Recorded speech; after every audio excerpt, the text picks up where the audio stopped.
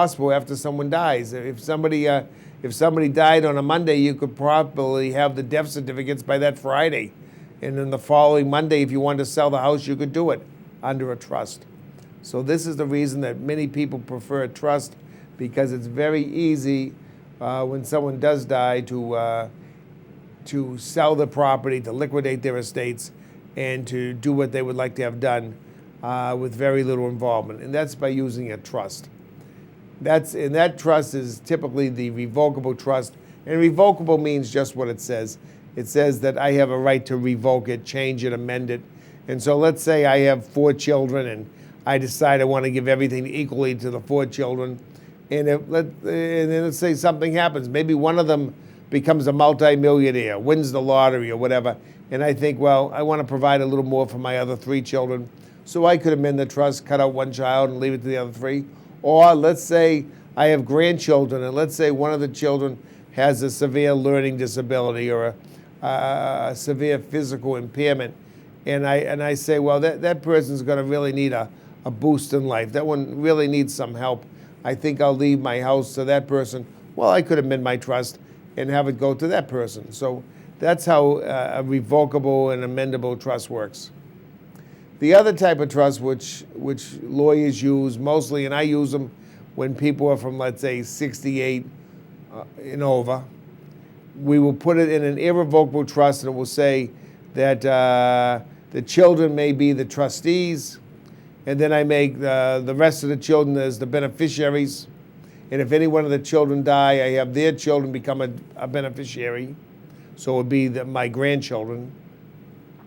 And then to protect the senior, I have it owned by the senior has a life estate. And what that means is they have a right to live in the house their whole life. They cannot be forced out of the house. They have to pay all the bills. They have to do all the maintenance. But it's their home, except for 2 things. They cannot sell the house or refinance the house unless the trustees and the other beneficiaries consent to it.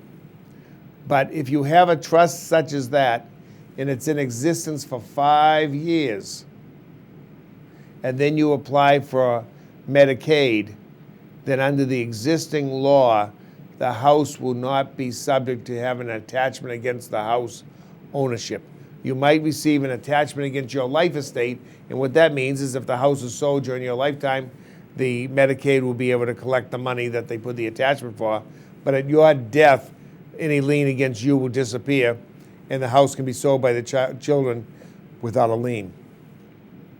So many people use the irrevocable trust as an estate planning tool to help avoid Medicaid liens and any other liens that you may have. Sometimes when people get older, they're concerned about maybe they're going to get in a car accident, maybe they're not going to have enough liability insurance. So consequently, this is asset protection, putting their property in an irrevocable trust. What other things should you do if you're thinking about real estate? Well, when you own real estate, you can make real estate work for you. If you're over 62 years of age and you don't think you have quite enough money for retirement, and folks, that's happening. The generation right now that's 62 and a little bit older, it's the post-World War II baby boomers. And what's happened with the baby boomers is that many of us have graduated from college. Many of us were saddled with a lot of school loans. We paid those school loans. We had a family. We wanted our children to do as well as we did. So you're paying for all their loans. You assist them in purchasing a home. You're helping them with their children. And then what happens? You wake up one day and you find out you're in your middle 60s and you don't have quite enough money to retire. In fact, you think, well, maybe you have to work until you're in your 80s. Well, one solution is this. There's an item called a reverse mortgage. And with a reverse mortgage, under today's reverse mortgage laws, you can borrow up to around $400,000 based upon the equity in your home and based upon your age. The interest rates are very, very low. Right now, I believe they're lower than 3%, but they're a variable rate loan that's attached to either the U.S. Treasury bill rate or the London interbank rate. And what happens is this: you do not have to make any payments during your lifetime. You may make payments if you want. Many people don't realize this. You can take a reverse mortgage out and make the monthly payments. And the reverse mortgage interest rate is usually about half. Or right now anyway, it's almost a little more than half of what the conventional mortgage rate is. So reverse mortgage rates are low interest rates. And the reason the interest rate is so low on a reverse mortgage is because the closing costs are high. And I believe the closing costs on a reverse mortgage today are somewhere between $10,000 and $11,000 on most loans. And the reason that they're that expensive is because there's an insurance policy in the reverse mortgage that guarantees to the bank that when the house is sold, that there will be enough money to pay the bank in full. And if there's not, the insurance policy kicks in and pays the difference. And that is the reason that the investors on the investor market is so eager to buy all the reverse mortgages that people can underwrite. And the reason for it is the bank knows it's always going to get paid, or the lender knows it's always going to get paid back.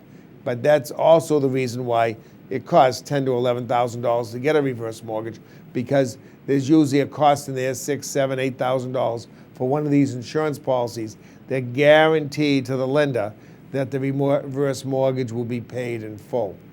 But what you can do with a reverse mortgage is that if you retire and you don't have quite enough money, number one, the reverse mortgage can pay off your mortgage.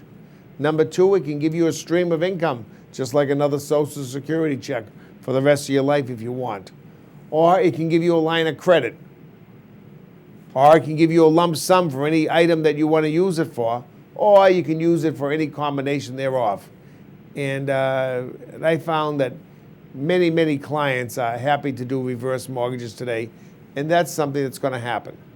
Now, what type of ownership can you have a reverse mortgage? If you have a revocable trust with yourself as the trustee and yourself as the beneficiary, they allow that as a reverse mortgage. If you have a life estate in the property, if you've deeded the property to somebody else but you've retained a life estate, you can put on a reverse mortgage, providing the person that you deeded the house to will sign the mortgage instrument as collateral for the loan. On a reverse mortgage, there is no personal liability. So you do not, your estate does not have to pay the bill back if the house isn't worth as much as the debt has been incurred.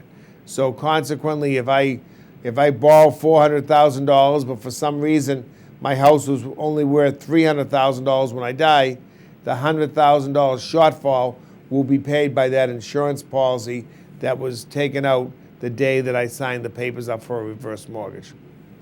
I think the reverse mortgage, folks, is going to be the salvation for the generation that's retiring over the next 10 years.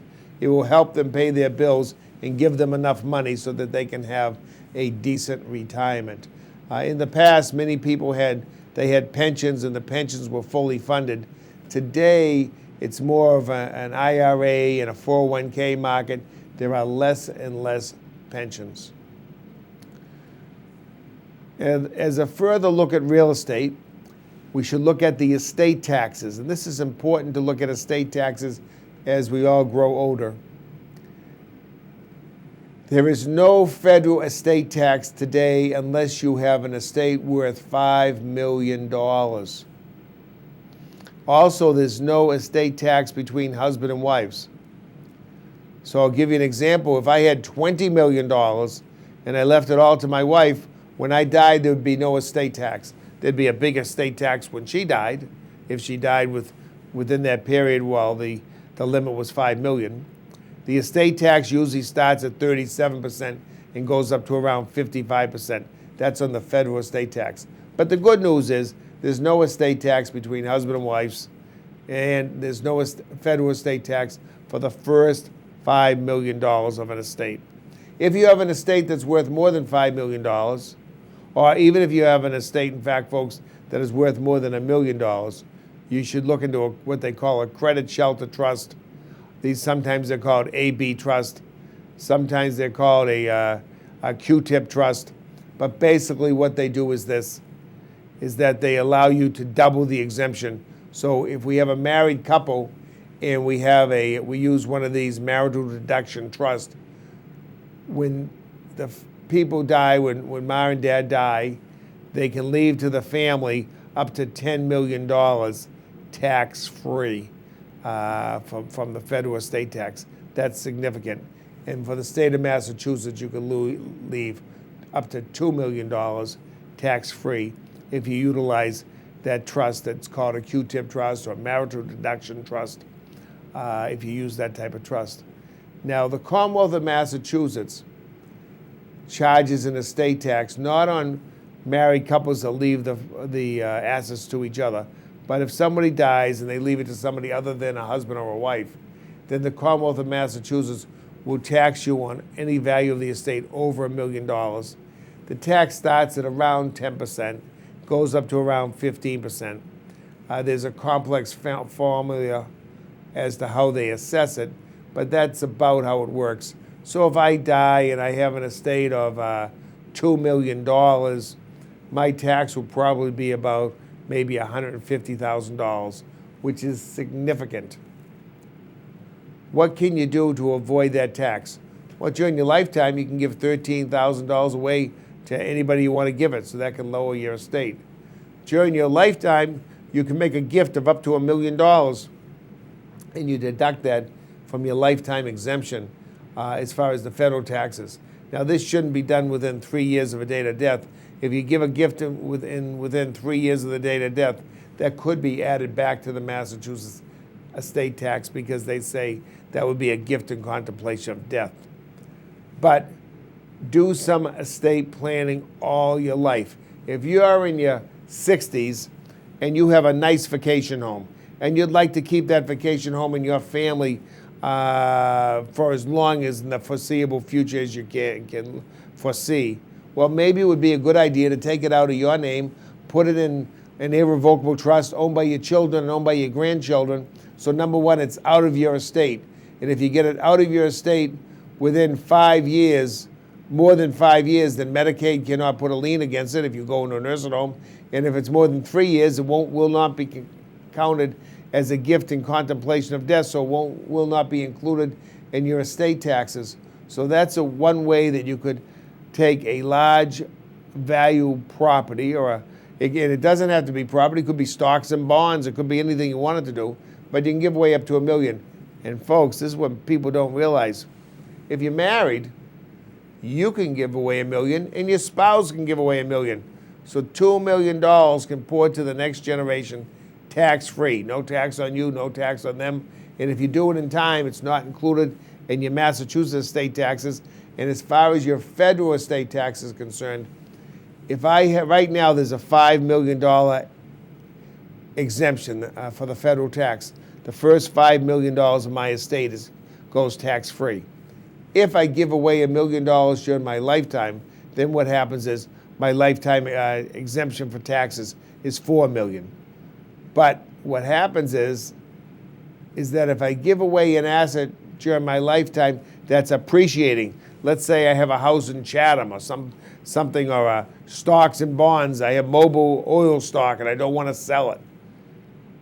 If I have something like that and I give it away, no longer will I have the appreciation.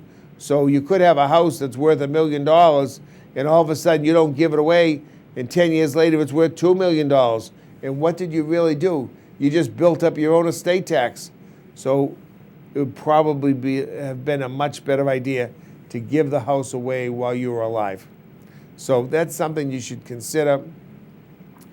As we get older, I encourage my clients and anybody that asks me for advice that when you're in your 60s, you should see a lawyer about once. When you're in your 70s, maybe twice. When you're 80s, maybe 3 times. And when you're 90s, maybe once a year. And what you're doing is you're just fine-tuning your estate plan, especially as to how the law changes and how your needs changes and how the needs of your family change. So consequently, If you did something when you were 25 years old, let's say you wrote a will when you were 25, certainly that will is not the will that you should have when you're 65. Most of the time when you're in your 20s, early 30s,